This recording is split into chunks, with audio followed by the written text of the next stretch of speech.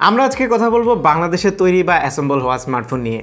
আপনারা হয়তো ইতিমধ্যে জানেন যে বাংলাদেশে স্মার্টফোন ইম্পোর্ট করতে হলে সেটাতে 50% প্লাস ট্যাক্স দিতে হয়। তার মানে আপনার ফোনের দাম যত তার অর্ধেকেরও বেশি ট্যাক্স যোগ হয়ে আকাশচুম্বী দাম হয়ে যায়, যে কারণে মানুষ অফিসিয়াল ফোনগুলো না কিনে আনঅফিসিয়ালের দিকে বেশি ঝুঁকছিল। এখন অফিসিয়াল এবং আনঅফিসিয়ালের পার্থক্য যারা না বোঝেন তাদের জন্য বলছি, অফিসিয়াল ফোনগুলো হচ্ছে বাংলাদেশে প্রপার ট্যাক্স দিয়ে ঢোকে, আর আনঅফিসিয়াল ফোনগুলো হচ্ছে ট্যাক্স না দিয়ে শুধুমাত্র ফোনের প্রাইস নিয়ে ঢুকে যায়। সো এক কথায় বলতে গেলে অফিসিয়ালগুলো লিগ্যাল, আনঅফিসিয়ালগুলো ইলিগ্যাল। এটি হচ্ছে বেসিক ডিফারেন্স, এবং ইলিগ্যাল বলেই দামটাও কিছুটা কম হয়।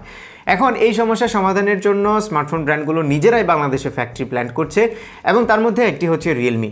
গত ফেব্রুয়ারির 24 তারিখে রিয়েলমি বাংলাদেশে অফিসিয়ালি যাত্রা শুরু করেছে। তাদের ব্র্যান্ড লঞ্চিং ইভেন্ট হয়েছিল রেডিসন ব্লুতে, যেখানে আমাদেরকে ইনভাইট করা হয়েছে।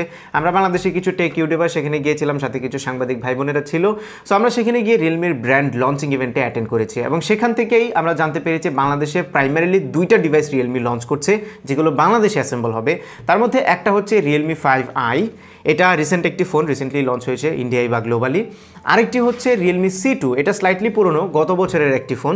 সো এই দুইটি ফোন বাংলাদেশে অ্যাসেম্বল হওয়া, এবং এই দুইটি ফোনে বাংলাদেশে ফার্স্ট রিয়েলমি লঞ্চ করছে। আস্তে আস্তে আরও ব্র্যান্ডগুলো, আরও মডেলগুলো তারা লঞ্চ করবে।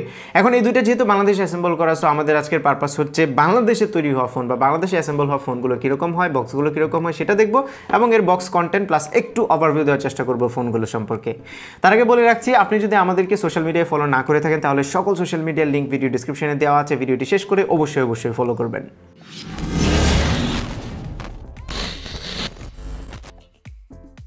সো আমরা যদি বক্সের পেছনে তাকাই, তাহলে এখানে লেখা আছে designed by Realme and assembled in Bangladesh. So assembly আর ম্যানুফ্যাকচারিং এই দুইটার মধ্যে কিছু ডিফারেন্স আছে। ম্যানুফ্যাকচার মানে হচ্ছে সবগুলো জিনিস বাংলাদেশে তৈরি হয়েছে, আর অ্যাসেম্বল মানে হচ্ছে জিনিসপত্রগুলো বাইরে থেকে এসে বাংলাদেশে একসাথে জোড়া লেগেছে।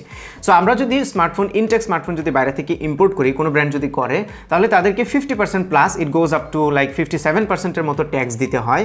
আর যদি অ্যাসেম্বল করা হয় বাংলাদেশে, তাহলে সেই ট্যাক্সটা নেমে চলে আসে 17%, অনলি 17% ট্যাক্সে। আর যদি বাংলাদেশে ম্যানুফ্যাকচার করা হয়, তাহলে it can go as low as 5%, only 5% tax দিতে হয় যদি বাংলাদেশে ম্যানুফ্যাকচার হয়। তার মানে এই ফোনটিতে রিয়েলমিকে 17% ট্যাক্স দিতে হবে, তার মানে অনেক লো। এছাড়া আমরা ফোনের বক্সে দেখতে পাচ্ছি ফোনের মডেল লেখা আছে, কালার লেখা আছে, ইএমআই নাম্বারগুলো লেখা আছে, এরপরে ডান পাশে ডেটও লেখা আছে যে কত তারিখে এটা ম্যানুফ্যাকচার হয়েছে বা রিলিজ হয়েছে, এই ডেটটা এখানে লেখা আছে। অ্যান্ড দেন নিচের দিকে কিছু বাংলা লেখা আছে। এটা দেখার পরে মনটা জুড়িয়ে গেল, কারণ নর্মালি আমরা স্মার্টফোনের বক্সে বাংলা লেখা দেখি না। সো এখানে বিটিআরসির একটা নিয়ম লেখা আছে, যে নিয়মটা ফলো করে আপনারা আপনার ফোনটি অফিসিয়াল না আনঅফিসিয়াল বা রেজিস্টার্ড কি আনরেজিস্টার্ড এই জিনিসটা যাচাই করতে পারবেন।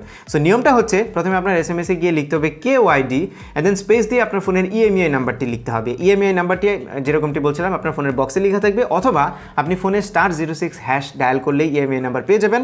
So KYD space EMI number লিখে যদি 16002 এই নাম্বারে আপনারা এসএমএস পাঠান, তাহলে ফিরতে এসএমএসে আপনারা জানতে পারবেন আপনার ফোনটি রেজিস্টার্ড নাকি রেজিস্টার্ড না। সো এই হচ্ছে প্রসেস। সো শুরুতেই আমরা রিয়েলমি C2, যে ফোনটি লাস্ট ইয়ার রিলিজ হয়েছিল, এই ফোনটি আনবক্স করব। সো আনবক্স করতে গেলে শুরুতে আমরা একটি বক্স দেখতে পাচ্ছি, যে বক্সের ভেতরে কিছু ইউজার গাইড আছে বা ইউজার ম্যানুয়াল আছে।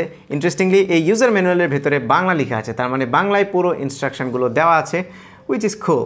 অ্যান্ড দেন আমরা দেখতে পাচ্ছি ডায়মন্ড ব্ল্যাক কালারের স্মার্টফোন, এরপর 10 ওয়াটের একটি পাওয়ার ব্রিক, অ্যান্ড দেন একটি মাইক্রো ইউএসবি কেবল, যেটা একটু ইয়েলো কোটেড। সো এর মধ্যে জানিয়ে রাখি, রিয়েলমি C2 হচ্ছে একটি এন্ট্রি লেভেলের ডিভাইস। সো প্রাইসটা আপনারা এক্সপেক্ট করতে পারেন 10,000-এর নিচে। এই ফোনটি নিয়ে আমাদের একটা ফুল ভিডিও আসবে, যেখানে প্রাইস সহ অন্যান্য বিষয়গুলো নিয়ে আমরা আলোচনা করব।